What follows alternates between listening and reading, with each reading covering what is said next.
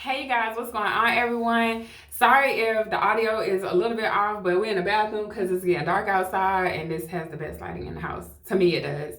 And so I wanted to answer this question because this is something that I think people really struggle with, especially at the beginning, and that's how to be a travel surgical tech as a parent, as a single parent or with kids or anything like that. So I would first say is if you could maybe leave them with a family member, your mom, dad, their other parent, if you're single, if that's an option.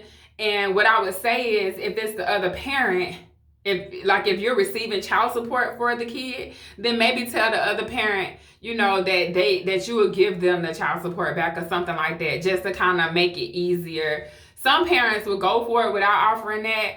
But I offered up the child support because I was making more than enough money to replace what he was giving me for Braylon. And plus Braylon was with him. So I was like, okay, that's fine.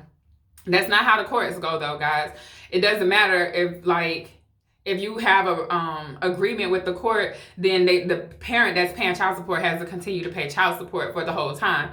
It doesn't matter about visiting and all that. So if you get the money through the court, then you could just send the money back, or if not, then they can just keep it if they're paying you, without the court.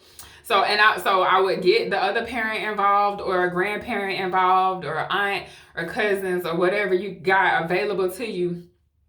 Either leave the kids with them or bring the grandparents, cousins, auntie, nieces, or whatever you got, bring them with you when you go to your assignment, and just take everybody with you to the assignment and post up at the at wherever you're gonna stay at, whether it's a hotel, apartment.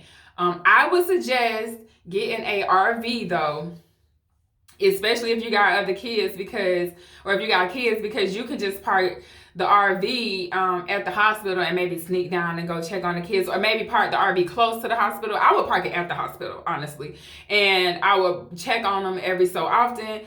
I would do that. That's an option. Or you could put them in daycare at the location that you are going to if you want to do daycare. Normally, you'll be able to find a home daycare that you can drop your kids off at before you go to work, and you can pick them up, when you get off. So I would look for a home daycare provider, only because most facilities don't have the hours that we need in the OR. So there was one place here that does like 24 hours or something like that, and it was a home care, like home daycare, whatever. But it was kind of cool because it was other kids coming, and they had like a weird schedule. So I would be there at like 5 o'clock some mornings, and then I would come and pick him up. But that was later, because at first they wasn't even on I didn't even have them as an option, and then I could only use them if I was close enough. So sometimes I would have to have my mom help me even drop him off if I stayed. Like if I didn't take a contract out of the state, which is something that you can do as well. You can just stay within a close range to your home. So you can just leave the kids at home or have somebody watch them, go to work, and then come back. So that's an option. If you can find an assignment that's close to where you live at, then you don't have to worry about the kids.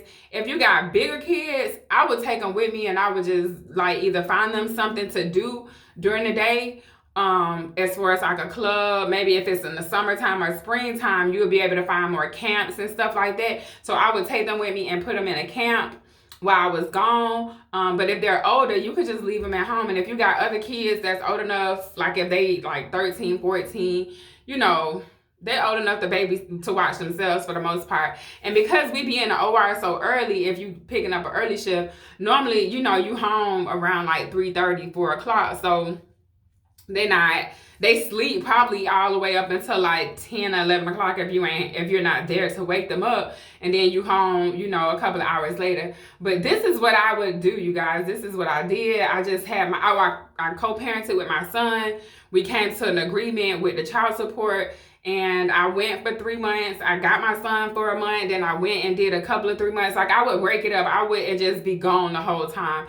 I would still have him, I would still go see my son, or have him, fly him out to wherever I was at. So that's what we did in Cali. He went to his dad's house, and then I flew him out to me. We hung out for a month. Then we both went back, and then we both flew back to Jacksonville around the same time. but you will need some support. You could get a nanny if you wanted to, or like a peer, however you say that word, where they live in with you. But you have to pay for those and pay for that. And then that's just kind of iffy. You can also check on care.com for local babysitters and stuff like that in the area that you're going to be in. So I would try something like care.com too, because they give background checks and they have, all the certifications that you may require for your kid is already on. You can get it through care.com, yeah. And so I would check care.com, or maybe look at home daycare providers, because you need weird hours. The centers typically don't really work for our hours. Even if you have a later shift, it still might not work. So I would do care.com and maybe find a college student, or somebody that's looking for a couple of dollars, and I would just pay them for a few hours. Maybe have them come from like 10 to 4, or like just a couple of hours to check on the kid, or stay the whole day. It's up to you how you want to do it. You can work at night and then just go to work while they sleep, but make sure they're old enough to know what's going on. And I would just have them in the RV. Honestly, you guys, like, I would put them in the RV and I would just park the RV right at the hospital. I mean, they're not gonna tow the hospital's not gonna tow your RV, especially because you're gonna have a decal on it that lets them know that you're staff. So they're gonna not really bother you too much, because you'll have a staff sticker on your car, and it's a safer location than just parking them at a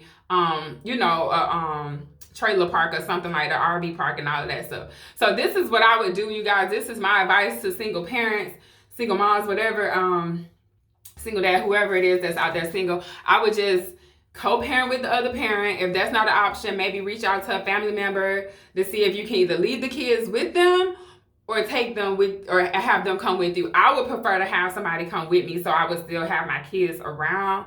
Like, I really appreciate the energy of, like, the mom energy. So I would like to have my kids, with me. You miss them when you gone, so then you'll be kind of combating that part. So yeah, I would just have some either co-parent, have some family members or friends or whatever come with you on your travel assignment. Maybe leave your kids with the friends or family. Find a daycare, or really not a daycare, but a home daycare, or a nanny or a babysitter on care.com. And then too, when you're in the areas, just see what time of year it is. And like I say, around spring and summer, there are camps that's normally going on. So you could take your kids to a camp, or maybe have somebody pick the kid up and then take them to the camp. Like, they have it on care.com where you can get transportation, too. And so I would just pay somebody. One of my friends actually put me onto this. She paid somebody to pick her niece up and then take the niece and drop the niece off at karate practice, and then she would be at karate practice before it was over with. So you could do that. But yeah, the big part of it is understanding you're going to need some support. So either you're going to pay for it, where it's at a facility or something like that, or daycare or whatever, a babysitter, or you can have a family member or friend come with you, and you can just shoot them a couple of dollars, for coming with you, for helping out with the kids or something like that.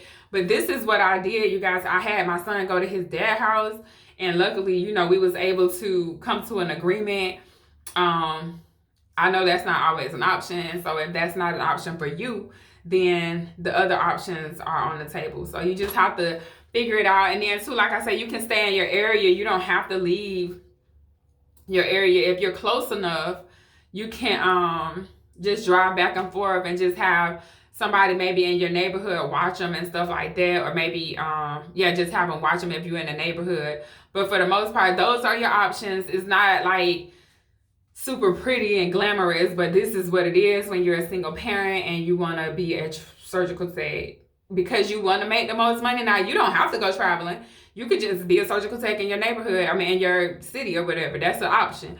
But if you're trying to get the most money, traveling, contracting will be the best options. There are 2 per diem type places out, or apps out, I guess, or however, companies.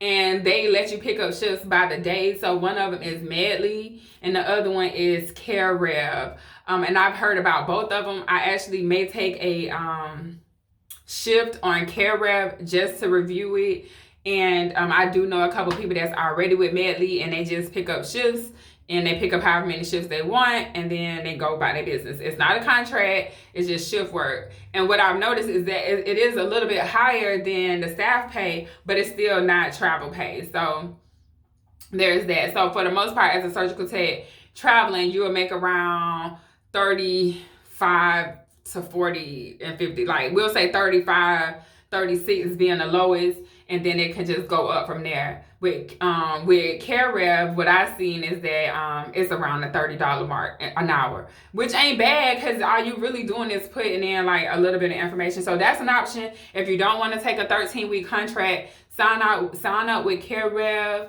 and sign up with Medley, and then you can just go that route and not have to leave the city. But for the most part, I would still apply to as many travel agencies as I could, because sometimes they do have city contracts within your city. You just might not get that extra pay because you're not outside the 5 or the 50 miles or whatever. And some recruiters, sometimes they care about that and sometimes they don't, but for the most part, they want you to be outside of the city. But I have had offers that were in the city that were still higher than working as a staff person. So if you're trying to make the most money, you're gonna have to go traveling. And I mean, if you're trying to make money faster than what you would normally make it as a surgical tech, then maybe looking into those two options that I was just telling you, CareRev and Medley. If you don't want to leave the city, I would still fill out applications and profiles with as many travel agencies as I possibly can, just because you never know, they may have something available for you, and because it's a shortage, or maybe it's a shortage in your town, they can't get nobody, then you might be able to slide right into that spot. So stay open-minded. And don't fret so much just because, you know, you can't travel. Like, don't worry about that. Just apply and see what falls in your lap. But anyways, that's all I got for you this video, you guys. I hope you enjoyed it. Please like, comment, share, subscribe. All that good YouTube stuff that us YouTubers be saying. And I will catch you guys on the next one. Bye, you guys.